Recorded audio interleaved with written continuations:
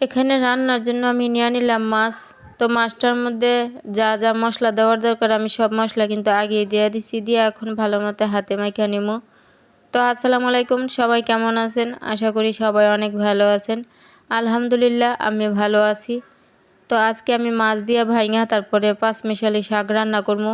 কারণ পাঁচমিশালি শাকটা এভাবে মাছ দিয়া ভাইঙা রান্না করলে খাইতে অনেক ভালো হয়। আর আমি শাক দিয়া তরকারি রান্না করলে সব সময় এভাবে মাছটারে হাতে মাইখা তারপরে রান্না করি। আমার কাছে বাগার দিয়ে রান্না করলে একদমই ভালো লাগে না। এভাবে মাছ দিয়া ভাইঙা মাছটারে হাতে মাইখা রান্না করলে তরকারিটা অন্যরকম একটা স্বাদ হয়। আর এখানে আমি মাছটারে মশলার সাথে ভালো মতো কষায় নিছি, তারপরে শাকগুলা দিয়া দিতেছি। তো রান্না করার সময় কিন্তু শাক কিন্তু কত বেশি দেখা যায়। আর যখন 5 মিনিট রান্না করা হয় তখন অনেকটাই কমা যায়। তো এখন দেখা যাইতেছে মানে কত বেশি, যখন কয়েক মিনিট রান্না করা হইব তখন অনেকটাই কমা যাব। সবজির কিন্তু এরকমই।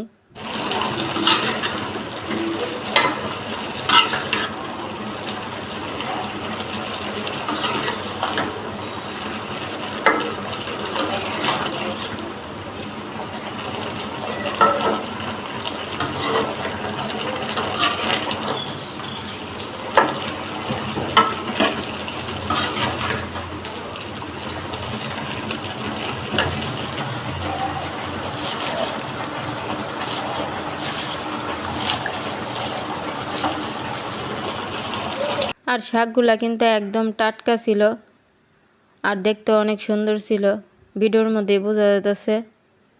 তো আমি কিন্তু সাথে সাথে শাকগুলা নিয়ে আসছি, সাথে সাথে শাক ছিল। আর টাটকা শাক কিন্তু খাইতে একটা অন্যরকম মজা লাগে। আর শাক কিন্তু রাখলে মানে নষ্ট হয়ে যায় তাড়াতাড়ি, একদমই থাকে না।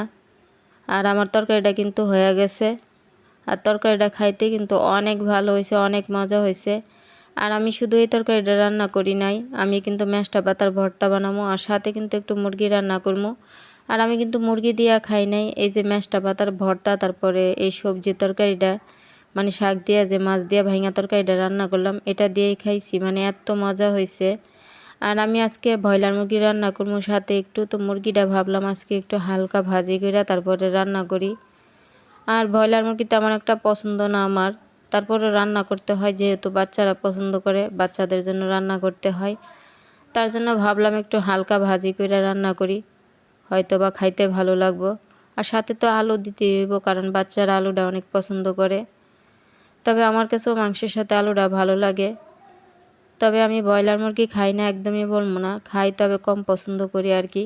আর মাংসগুলা কিন্তু আমি ভাজি করে নিছি, ভাজি করে নিয়ে এখন মশলাটারে কষায় তারপরে আমি মাংসটা এখন দিয়া দিতেছি। দিয়া তারপরে কষাই আমি ঝোল দিয়া দেবো। আর এভাবে ভাজি করে রান্না করে দেখতে পারেন মাংসটা, মানে ব্রয়লার মুরগির মাংসটা এভাবে ভাজি করে রান্না করলে মানে মাংসটা খাইতে একটু ভালো হয়। যে ব্রয়লার মুরগির গন্ধটা, এই গন্ধটা মানে কম লাগে আর কি। আর দেখতে কিন্তু তরকারিটা সুন্দর হয়েছে, অনেক সুন্দর হয়েছে, কিন্তু আমার কাছে ভালো লাগে নাই। আমি কিন্তু ওই যে শাক দিয়া তরকারি রান্না করছি আর মেষ্টা পাতার ভর্তা বানাইছি, দুইটা দিয়ে খাইছি, দুইটা আমার অনেক ভালো লাগছে। তো সবাই ভালো থাকেন, আমার জন্য দোয়া করেন। ভিডিওটা যদি ভালো লেগে থাকে তাহলে একটা লাইক কমেন্ট শেয়ার করে দিয়ে